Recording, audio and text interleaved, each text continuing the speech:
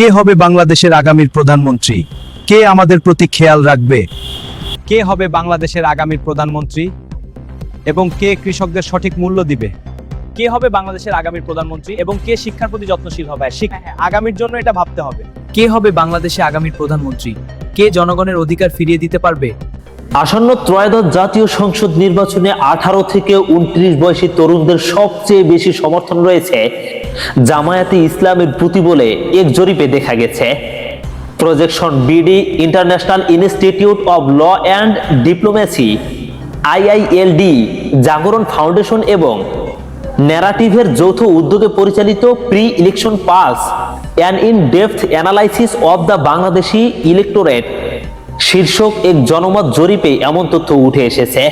গত সোমবার 12 জানুয়ারি জাতীয় প্রেস ক্লাবের তোফাজ্জল হোসেন মানিক মিয়া হলে এই জরিপের ফলাফল প্রকাশ করা হয়। জরিপ উপস্থাপন করেন international institute of law and ডিপ্লোমেসির নির্বাহী পরিচালক শফিউল আলম শাহিন। জরিপের ফলাফলে দেখা গেছে 18 থেকে 29 বছর বয়সী তরুণ ভোটারদের মধ্যে জামায়াতের সমর্থন সর্বোচ্চ 33.6%। উচ্চশিক্ষিত জনগোষ্ঠী অর্থাৎ স্নাতকোত্তর ডিগ্রিধারীদের মধ্যে দলটির সমর্থন 37.4%, যা অন্য যে কোনো দলের চেয়ে বেশি। এছাড়া ডিজিটাল মিডিয়া ও সোশ্যাল মিডিয়ায় তরুণ ও শিক্ষিত ভোটারদের সম্পৃক্ত করার ক্ষেত্রে দলটি এগিয়ে আছে। জরিপের পরিধি ও পদ্ধতি প্রসঙ্গে বলা হয়েছে, জরিপটি 2025 সালের 21 নভেম্বর থেকে 20 ডিসেম্বর পর্যন্ত পরিচালিত হয়। এতে বাংলাদেশের 64টি জেলার 295টি সংসদীয় আসনের অন্তর্ভুক্ত মোট 22,174 জন নিবন্ধিত ভোটার অংশগ্রহণ করেন। ভৌগোলিক শহর, গ্রাম ও জনসংখ্যাগত ভারসাম্য নিশ্চিত করতে স্ট্রাটিফাইড স্যাম্পলিং ডিজাইন অনুসরণ করা হয় এবং 2022 সালের জাতীয় আদমশুমারির ভিত্তিতে পোস্ট স্ট্রাটিফিকেশন ওয়েটিং প্রয়োগ করা হয়েছে। জরিপে জাতীয় পর্যায়ে প্রতিদ্বন্দ্বিতাপূর্ণ চিত্র উঠে এসেছে। জরিপ অনুযায়ী বর্তমান জনসমর্থনের ভিত্তিতে ভোটের সম্ভাব্য বন্টন হচ্ছে: বাংলাদেশ জাতীয়তাবাদী দল বিএনপি 34.7%, বাংলাদেশ জামায়াতে ইসলামী 33.6%, জাতীয় নাগরিক পার্টি এনসিপি 7.1%, ইসলামী আন্দোলন বাংলাদেশ 3.1% এবং অন্যান্য দল 4.5%। তবে জরিপের শরিক বড় একটি অংশ এখনো সিদ্ধান্ত নেননি। এ সংখ্যাটি 17%। জরিপকারী প্রতিষ্ঠান বলছে, মেশিন লার্নিং প্রজেকশন অনুযায়ী সিদ্ধান্তহীন ভোটারদের যোগ বিবেচনায় নিলে বিএনপির সমর্থন 43.2% এবং জামায়াতে ইসলামের সমর্থন 40.8% পৌঁছাতে পারে। ভোটারদের প্রধান উদ্বেগ ও দলের সমর্থনের ভিত্তি হিসেবে বিএনপির ক্ষেত্রে অভিজ্ঞতা ও রাষ্ট্র পরিচালনার সক্ষমতা তুলে ধরা হয়েছে। অপরদিকে জামায়াতের ক্ষেত্রে ভোটাররা সততা ও পরিবর্তনের রাজনীতি আকৃষ্ট হচ্ছেন। জরিপের ফল অনুযায়ী বিএনপির 72.1% সমর্থক দলটির অতীত অভিজ্ঞতা ও প্রশাসনিক সক্ষমতাকে সমর্থনের প্রধান কারণ হিসেবে উল্লেখ করেছেন।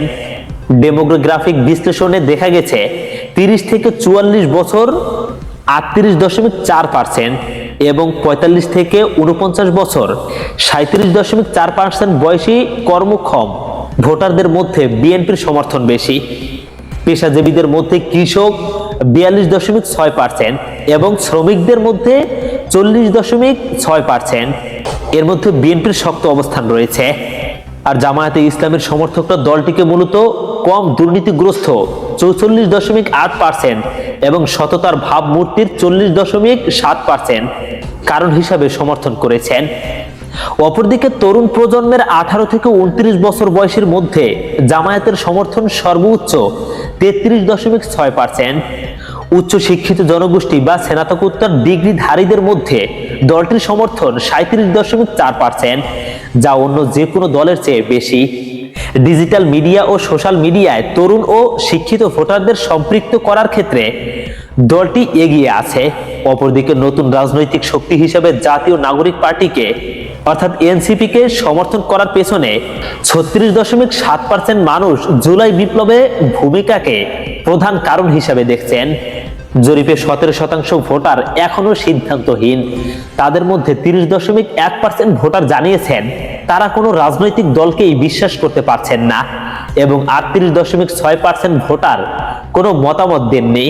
এই ভোটাররাই শেষ পর্যন্ত নির্বাচনের ফলাফল নির্ধারণে গেম চেঞ্জার হিসেবে আবির্ভূত হতে পারেন। জরিপের ফলাফল অনুযায়ী 2026 সালের নির্বাচনটি হবে প্রয়োজনের শ্রেণীবিন্যাস, বিএনপির অভিজ্ঞতা ও অর্থনৈতিক নিরাপত্তা এবং মূল্যবোধের শ্রেণীবিন্যাস, জামায়াতের সততা ও ন্যায় বিচারের মধ্যে এক দার্শনিক ও রাজনৈতিক লড়াই। ভোটারদের একটি বিশাল অংশ প্রাতিষ্ঠানিক সংস্কার, দুর্নীতি দমন এবং জুলাই অভ্যুত্থানের ন্যায় বিচার নিশ্চিত করার দাবি জানাচ্ছে। প্রেস ব্রিফিং ও উপস্থিত ছিলেন international institute of law and ডিপ্লোম্যাসির chairman doctor Mahfuzul Haque, social university of লন্ডনের প্রফেসর, রাজনৈতিক বিশ্লেষক ডক্টর মুশতাক খান, এমন আরো অনেক বিশ্লেষক। প্রিয় দর্শক, তবে 12 তারিখের নির্বাচনের ফলাফলই বলে দিবে আগামীর প্রধানমন্ত্রী কে হবেন।